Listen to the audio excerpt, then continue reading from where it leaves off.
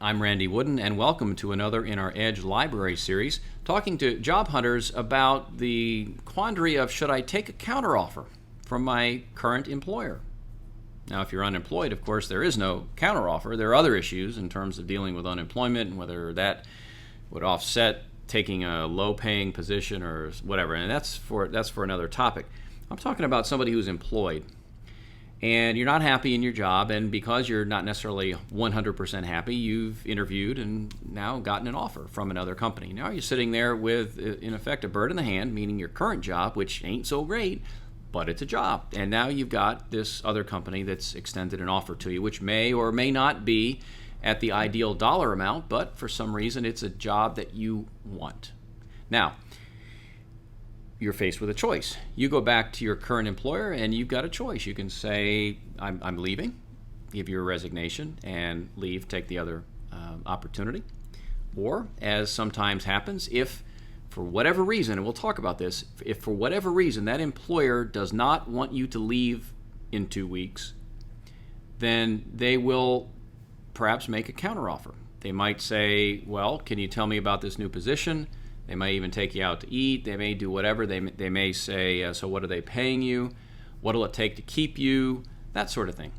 Now, I've been a recruiter. I've been a headhunter.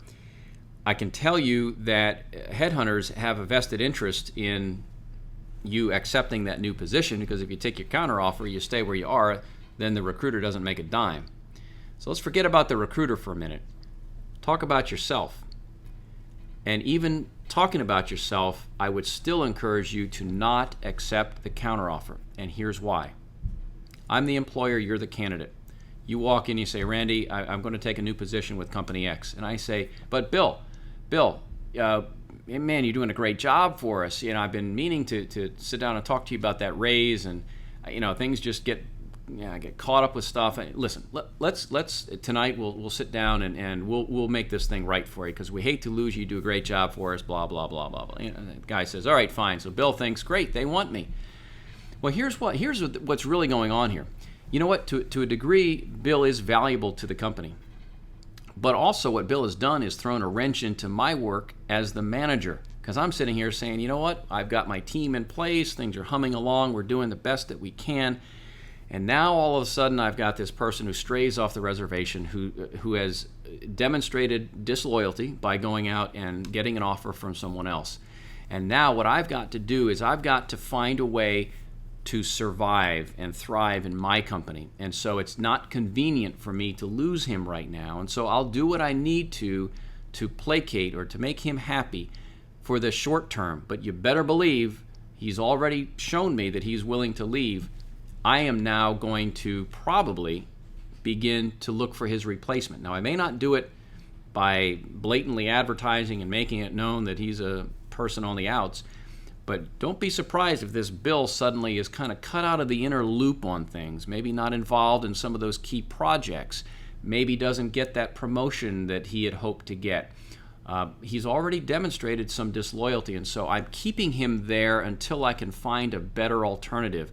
In other words, I get him to stay and ultimately push him out on my terms as the employer, as opposed to Bill setting the schedule and the timing of when he decides to leave. And that's very important. So again, while it may seem like the short-term better solution for Bill as the worker, after all, Bill doesn't have to change jobs.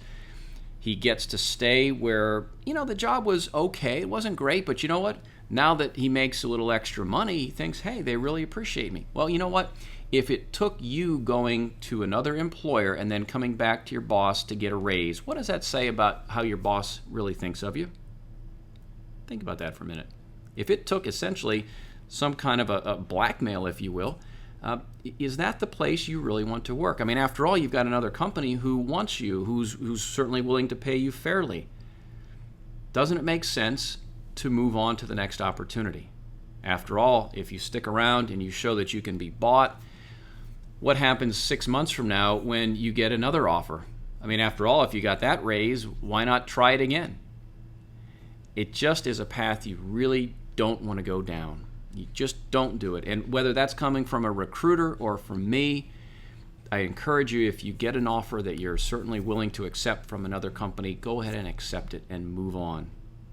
Don't take the counteroffer. Don't even go down that path. And if they offer it to you, politely, you can certainly listen, but you can politely say that my word is my word, and I've given them the word that I'm going to start with them. And I appreciate all that you've done and all the time we've had. I've learned a lot, and certainly would cherish our relationship. Whatever line you want to throw in there is fine. Just don't take the counteroffer.